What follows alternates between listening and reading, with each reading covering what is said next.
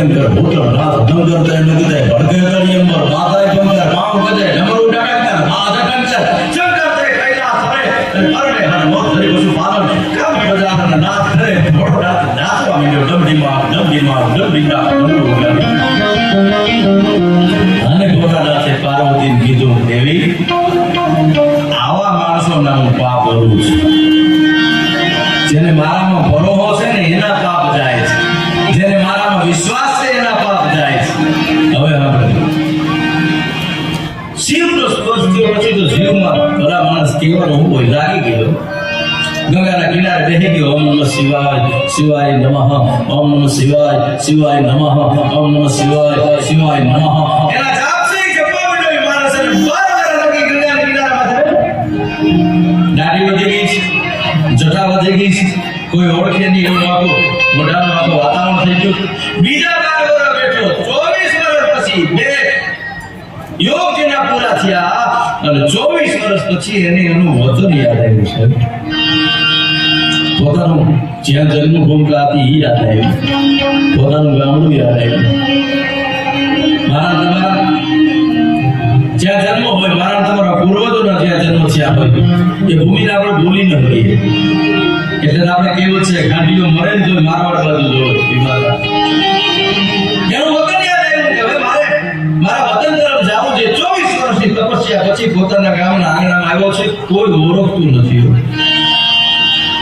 હગા ઓળખે નહીં વાલા ઓળખે નહીં ગામવાળા ઓળખે નહીં ભજનની આદત કાંઈ 4 ભજન કરવાના રામસાગર ભેરો પછી ભજન કરે વડોલી બનાવી ગામના પાદરમાં 4 માણસ આવ્યા 8 આવ્યા 16 ને 32 24 ને 128 256 305 ને જેટલા કરો એટલા માણસો આવો બીજા 4 ભજન કરે માણસો એમાં કાયમી ભજન આવતા હતા ને માં એકથી 2 જણા ભજન આમાં કે બધા પ્રોગ્રામ આમ લખી નથી જોયું બીજા એના પોતાના ઘરના પ્રોગ્રામ માટે આવ્યા હોય પ્રોગ્રામ તો જોડાયા લખી દીધું એમાં 2 જણા છે ને ઈ ભરી ગયા ભજન મંડળીમાં 2 જણાએ વાતો કરી લીધી દિવસના બાબા પાસે માલ વધી ગયો ત્યાં બીજો બોલે કે એને શું કરવો એને કે દીકરા દીકરી ભણવામાં આઈને ઝપટ કરીએ 4 ભજન પૂરા છે બધા વયા ગયા ને આ 2 જણા પાછા આવી અને કટાઈ ગયેલું સાકું કાઢી જણા કટાઈ ગયેલી સાકું કાઢીને બાપુને આઈ રાખીને કીધું હે બાપા હે બાપા જેવો કાઢો જેવો કાઢો એ શરૂઆતમાં કીધું ઘરે બાપા હા સાધુ કરા હું બાપા કાંદા ચલો ને સુકા ના કમંડળ ના ચીકીઓ ને યા મૂળિયા ધૂળી ને ત્રિશુલ ને ચોપડી હવે એ બધું બંધ કરીને કાઢને લગર સાહેબ બીજી હોના તા બાપુ એકલા અંદર દાંત કાઢ્યા કે આ મને ઓળખતા નથી અને પછી 3 વર્ષ પહેલા બીજી થતી તે હવની પહેલા હું ઊભો હતો એને ખબર નથી અને તેને કીધું તું મેં કીધું નહીં નીકળે અને આમ દીરી કટાઈ ગયેલી છે એટલે કીધું કાઢ કે બારી નાખી અને વર્ષો પહેલાનો તે સૂર્યતાનું બીજ જેના પૈડમાં જેના ખોડિયામાં ધરબાઈ ગયેલું હતું ને એ બીજ છે સૂર્યતાનું જાગૃત થયો અને આમ દીરી કટાડી હતી અડે ન અડે એ પેલા બે કોકરો માર્યો બે ઊંધા પછી જે રામસગર હતો ને ઊંધો કર્યો બાપુએ અને રામસગર ને બાપુ જાવી પડ્યા આખા દર્દ રામસગર માર્યા ત્યાં એક જણ ઊંધો પડ્યો કે ઓગળ બાપુ કે નહીં ઓગળ બાપુ નાસો કયો બાપુ ને એટલા દાંત આવ્યા રામસગર પડી ગયો બાપુ કે મારા ભગા ઓળખાની મારા વાલા ઓળખાની કુટુંબના ને કોઈને ખબર નથી કે હું ઓગળ છું અને તને કેમ ખબર પડી કે ભલે ગમે એટલા વાળાનું ભજન હોય પણ તમારી અથરોટી હજી એવી ને એવી છે અથરોટી જાય નહીં સાહેબ જે મને તમને અથરોટી પડી હોય ને એમાં દાદારીનું જો તમારામાં થતો હોય છે ખરતતા ખોટી જાહે આ તો મૂર્ખ મનનો વેમ દાદા આપે મારે દેવું ઘટે આ જશે કે કાલ કે આ ઘૂંટેની હરવાની છે ડૂબેની પોતાના પેટની જે આવક છે બાકી નેરા વેરા નેરા ગાઠાન વારા થાય નદી નાના હોકળા એ છલી છલી વયા જાય થોડા દી પૂરતા હોકળા ભેગા જાય એટલે તમે જેઠમીનો આવે તો કોઈ જાય જડે નહીં પણ મેં તમે જોયું છે સાહેબ 4 સંતોષીનો બોમ આવતો હોય એક દોરામાં પાણી છે ઘટતું ન હોય 4 સંતોષીનો બોમ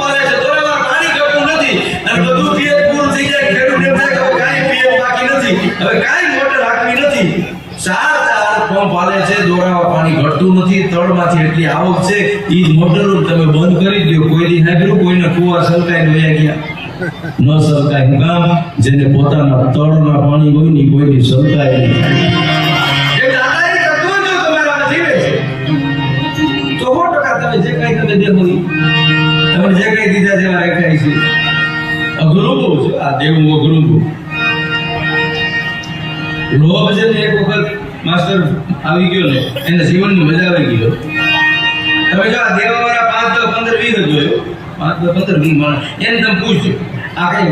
બીમાર 2 મહિને સપ્તાહ ન થવાની હોય કે 2 વર્ષ થાય. તમને જેના કૃષ્ણએ ગીતામાં એમ કીધું છે સાહેબ કે તમારી હકની કમાણીમાંથી તમારે 10% મારા કામમાં વાપરવા. હકની કમાણીમાંથી 10% વાપરવાની વાત છે.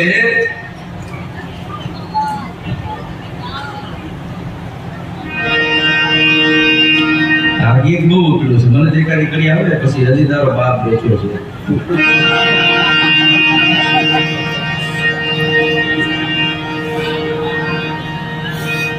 કૃષ્ણએ એમ કીધું 10% હકની કમાણીમાં આ કૃષ્ણના કામમાં એના નામ ઉપર વાપરીએ છીએ. નકર નહીં વાપરો ને તો કૃષ્ણએ એ કીધું છે હું કોઈ પણ રીતે 10% ઘટવી લે. પછી હોસ્પિટલના બાને કટવું, કોઈ સાહેબ ભૂટકી જાય એના માટે કટવું, કોઈ એમાં હગા ભૂટકી જાય અને એના બાને કટવું, બાકી મૂકવું નહીં. એ જે આપે છે જે વાપરે છે ખરત ના ખૂટી જાય. આ એક લોભીઓ એવો જ થયો. મેં આનાથી લોભીનું કીધું દ્રષ્ટાંત જ નથી જોયું. તમે સાંભળો ભાઈ કહેવાય એક લોભિયાને શોર્ટ લાગ્યો ને તો કોઈ લાકડી મારી દીધી, દોડ્યું તો લોકો કાઢ્યું તો પીડ્યો કે જો તો મીટર કેવું ફેર્યું. એને જિંદગીનો મીટર સકરાવે છે તો એને ઓયનું દેખાતું. પણ આ તો એવો ગયો ને એને ઘરે મહેમાન આવ્યા છે. એને કીધું કે મહેમાન આવ્યા છે ને મહેમાન માટે મીઠાઈ લઈએ. કે મહેમાન માટે મીઠાઈ લઈએ અને મીઠાઈ વાળાને જઈને કીધું ભાઈ મહેમાન આવ્યા છે ખાસ પ્રકારનો, મારા બાપાએ મોકલો, હું કદી આવ્યો નથી,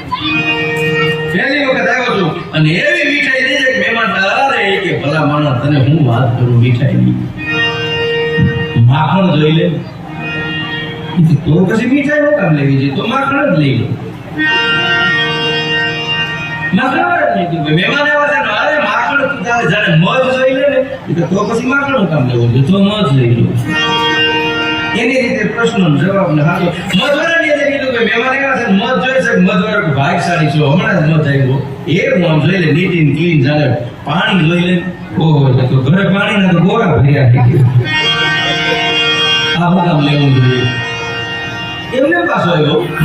એનો બાપો કહેલા તને મીઠાઈ લેવા માંગતો તો બાપા મીઠાઈ લેવા તો માખણ જેવી મીઠાઈ છે મને માખણ લો તો માખણ લેવાય ને માખણ વાળો મધ જેવું માખણ છે મને મધ લો તો મધ તો લેવું તું એ તો મધ વાળો કે પાણી જોઈ લે તો બાપા પાણી ના તો ઘરે ગોરા ભર્યા ને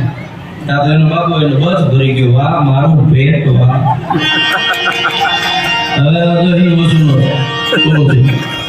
પણ એના બાપાએ કીધું દીકરા તું એટલું બધું રેખડ્યો તો તારા ચંપલ તો ગહણ આવી છે. છોકરો કે હું દીકરો તમારો શું ચંપલ હું મહેમાન ના પહેરી ગયો. તાકાત છે તમે આમાંથી કઈ ગાંધી ગયો. ખરતના ખૂટી જાય મૂર્ખ મનનો વેમ. દાદા કે મારે દેવું ઘટે આ દેશી કે કાલ કેમ બાકી નડવાવાળા નડવાના છે માસ્ટર. તમે કાલે કોઈ ખાલી મારી પોસ્ટ મૂકજો. અફસોસ તો એ વાત નો થાય ખબર પડતી નથી ની કોમેન્ટ કરે ને એનો બહુ અફસોસ થાય.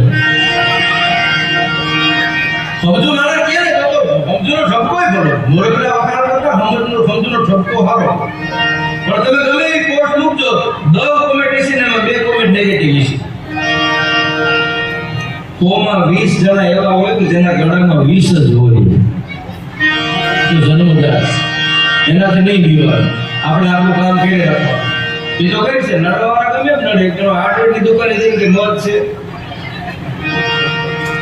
હાર્ડવેરની દુકાન છે કે રોકડે લેવો દિયો ને એનું મન કરો.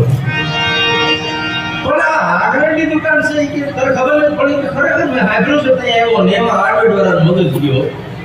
અંદર જઈને બંદૂક લઈ આવ્યો ગયો જાણે કે પડાકે દે પેલો વયો ગયો. 15 દિવસ પછી પાછો આવ્યો બંદૂક છે પેલો કે ના કે તો મત દિયો ને. જેને નડવું છે એ તો ગમે નડવાનો છે સાહેબ. પણ કૃષ્ણનું પ્રાગટ્ય જ્યાં થયું આજે નંદભાઈ તમે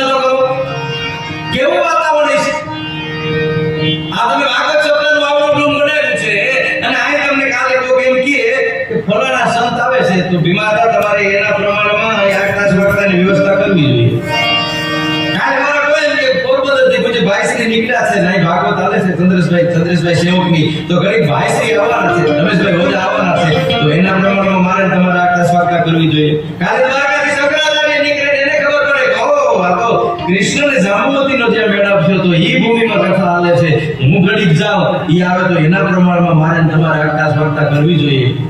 તો અખિલ બ્રહ્માંડનો માલિક કૃષ્ણ આવ્યો છે ઈ વાતાવરણ કેવું ઊંચું બોલાવ્યું છે ન કરે તો હોદાય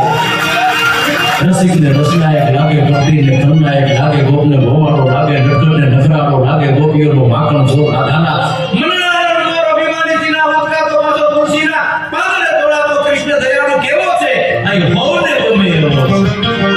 કૃષ્ણને કેવો તત્વ છે ભગવાન સાહેબ કે તમારી બુદ્ધિ પ્રમાણે તમે માપી એને ભોવાળોને ખબર જ નથી પડવા દીધી ગુણ પરમ પરમાત્મા એટલે મને કાગની કરી ગમે માર ગાવ